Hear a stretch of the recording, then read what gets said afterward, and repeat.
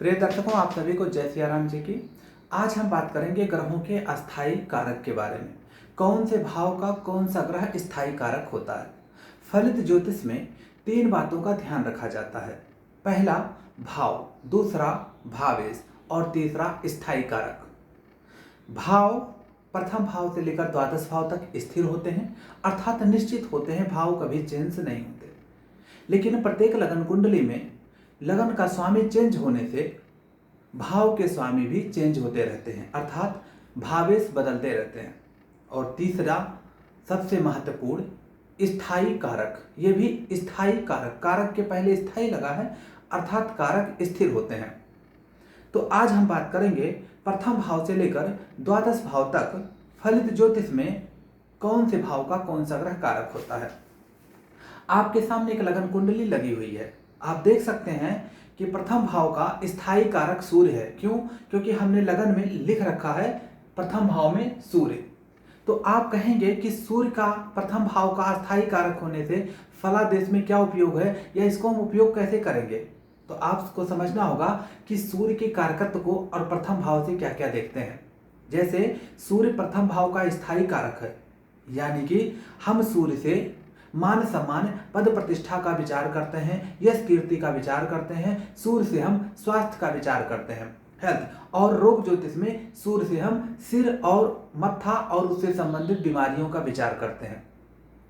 तो जब भी आपसे स्वास्थ्य के बारे में पूछा जाएगा तब आप अस्थायी कारक सूर्य को लेकर गणना करेंगे। जब भी आपसे सिर से संबंधित, मत्थे से संबंधित कोई बीमारी पूछी जाएगी तब आप प्रथम भाव और सूर्य पर दृष्टिपात करेंगे। जब भी आपसे किसी व्यक्ति के व्यक्तित्व के बारे में, मान सम्मान पद प्रतिष्ठा यश कीर्ति के बारे में बात किया जाएगा तब आप सूर्य पर दृष्टिपात करेंगे, अर्थात प्रथम भाव का अस्थायी कारक सूर्य है और प्रथम भाव से मान सम्मान पद प्रतिष्ठा यश कीर्ति देखते हैं। इसी प्रकार से दूसरे भाव के अस्थायी कारक 2 ग्रह होते हैं, एक बुध और दूसरा गुरु। बुध दूसरे भाव में वाणी का कारक होता है और गुरु धन का कारक माना गया है दूसरे भाव में, क्योंकि दूसरे भाव से हम वाणी और धन दोनों देखते हैं। तीसरे भाव का स्थायी कारक मंगल को माना गया है। तीसरे भाव से हम पराक्रम देखते हैं, साहस देखते हैं और भाई बहनों की संख्या देखते हैं। तो भाई बहनों में भाइयों का विचार हम मंगल से करते हैं, विशेषकर छोटे या बड़े किसी भी भाई का। हालांकि हमने बुध नहीं लिखा है, बहनों का विचार बुध से किया जाता है तीसरे भाव में। तो अस्थायी कारक, लेकिन ज्योतिष शास्त्र में मंगल देव को तीसरे भाव का स्थायी कारक कहा गया है। तो मंगल को तीसरे भाव से हम क्या क्या देखेंगे? भाइयों का कारक विशेषकर देखेंगे और साहस और पराक्रम का। चतुर्थ भाव का जो अस्थायी कारक है वह 4 ग्रहों को माना गया है, चंद्र को, शुक्र को, शनि को और मंगल को। चतुर्थ भाव से अगर हमको माता का विचार करना हो, माता से संबंधित प्रश्न का जवाब देना हो, तो हम कारक चंद्रमा लेते हैं। जब हम वाहन से संबंधित या भौतिक सुख सुविधा, AC, fridge, cooler, TV, washing machine, इन सब से संबंधित बातों का विचार करना हो चतुर्थ भाव में, तो हम कारक शुक्र को लेते हैं। जब हम प्रॉपर्टी का कारक देखते हैं तो हम मंगल को लेते हैं, और जब हम कृषि भूमि, जमीन, क्षेत्र का कारक देखते हैं तो शनि को लेते हैं। इसी तरीके से पंचम भाव के 2 कारक निर्धारित किए गए हैं मुख्य रूप से, एक गुरु और दूसरा शुक्र। पंचम भाव में गुरु से हम शिक्षा का कारक, संतान का कारक लेते हैं, तंत्र मंत्र का कारक लेते हैं गुरु को। लेकिन जब हम प्रेम प्रसंग की बात करेंगे तब हम अस्थायी कारक के तौर पर शुक्र देव का उपयोग करते हैं, अर्थात पंचम भाव के 2 अस्थायी कारक गुरु और शुक्र है। छठे घर के 3 अस्थायी कारक बताए गए हैं, एक तो शनि, दूसरा मंगल और तीसरा बुध। बुध को छठे घर में अस्थायी कारक मामा के लिए कहा गया है, मंगल को विशेष रूप से कर्जे के लिए कहा गया है, और शनि को छठे घर में कर्जे और रोग का कारक कहा गया है। सप्तम भाव के 2 अस्थायी कारक होते हैं, शुक्र और गुरु। अगर पुरुष जातक की कुंडली है तो उसकी स्त्री का विचार शुक्र से करते हैं, अर्थात किसी पुरुष जातक की कुंडली में स्त्री का कारक ग्रह शुक्र होता है और स्त्री जातक की कुंडली है तो उसके पति का कारक देवगुरु बृहस्पति को माना जाता है। अष्टम भाव का अस्थायी कारक शनिदेव को माना गया है। शनिदेव मुख्य रूप से आयु के कारक होते हैं।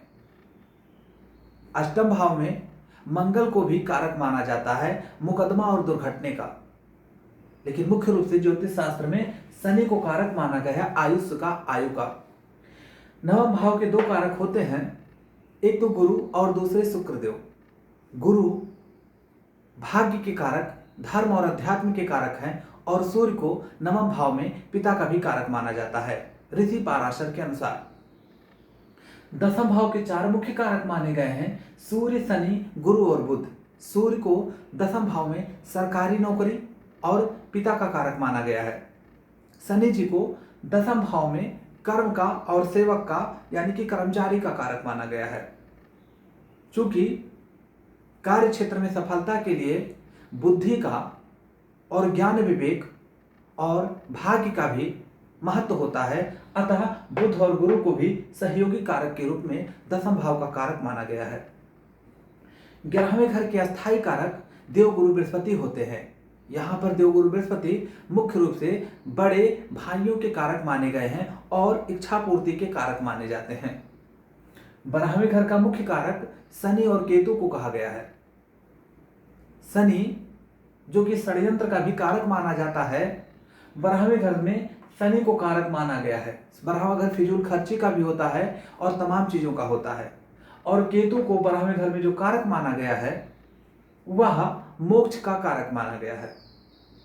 तो प्रिय दर्शकों, इस प्रकार से प्रथम भाव से लेकर द्वादश भाव तक ग्रहों के कारक निर्धारित किए गए हैं।